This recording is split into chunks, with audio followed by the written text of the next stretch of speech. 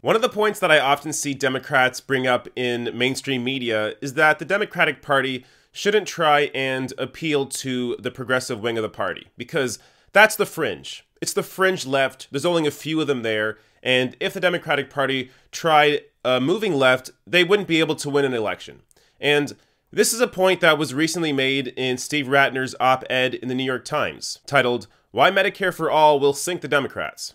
Now, I'm planning to have a larger video on this specific op-ed and actually break down all the points that Steve Ratner makes in his article, but here I really just want to focus on a single point that he makes near the end of the article.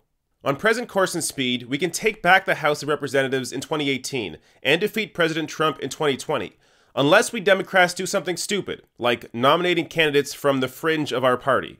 And in this context, when he's talking about the fringe, he's talking about Bernie Sanders and other progressives.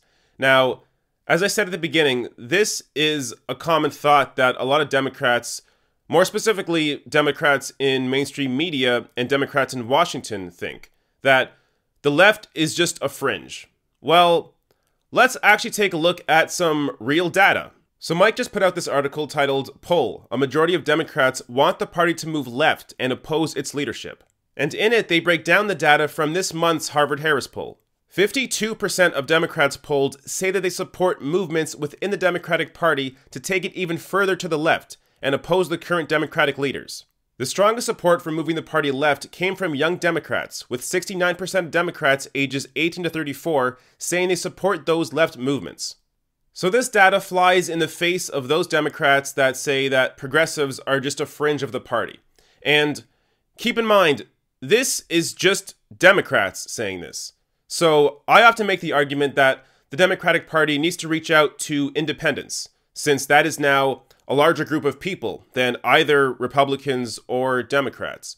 So even if you just poll Democrats, they say the party should move left.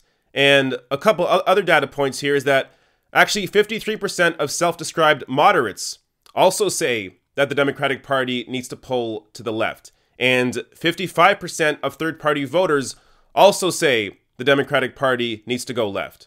So there is clearly a movement here of people that are not being represented in mainstream media.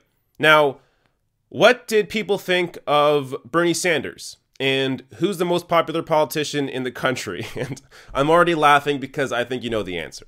The poll also found that Socialist Senator Bernie Sanders continues his streak as the country's most popular major politician, with the highest favorables of any candidate among all respondents, as well as among key subsets including African Americans at 77%, Hispanic people at 66%, and young people at 67%. So for those of us that have been following the progressive movement over the last few years, these pieces of data aren't all that surprising.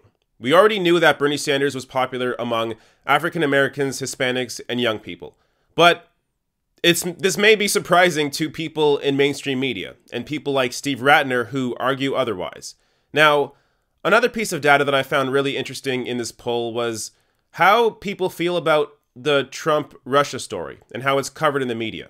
Meanwhile, nearly 2/3 of respondents felt that the current investigations into President Donald Trump's ties to Russia are hurting the country more than helping. Only 51% of Democrats felt the investigation was helping, with the other 49% arguing it was hurting. Now, these numbers actually surprised me, and I think it's because people are simply feeling fatigue about the Trump-Russia story. That doesn't mean it shouldn't be covered. I think it should be covered, but the degree to which it's covered versus everything else, including maybe deeper discussions on policy, there tends to be a movement towards what's going to grab headlines, which is why I found this surprising, that apparently half of Democrats feel that it's not all that important to be discussing it, or it may actually be hurting more than helping. So for me, this is just another indication of why I need to continue covering other stories.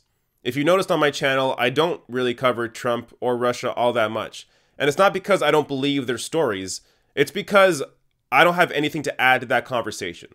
And I think there is a real desire for other things to be talked about. And that's where I try to come in and actually discuss stories that may not be getting the same play in mainstream media.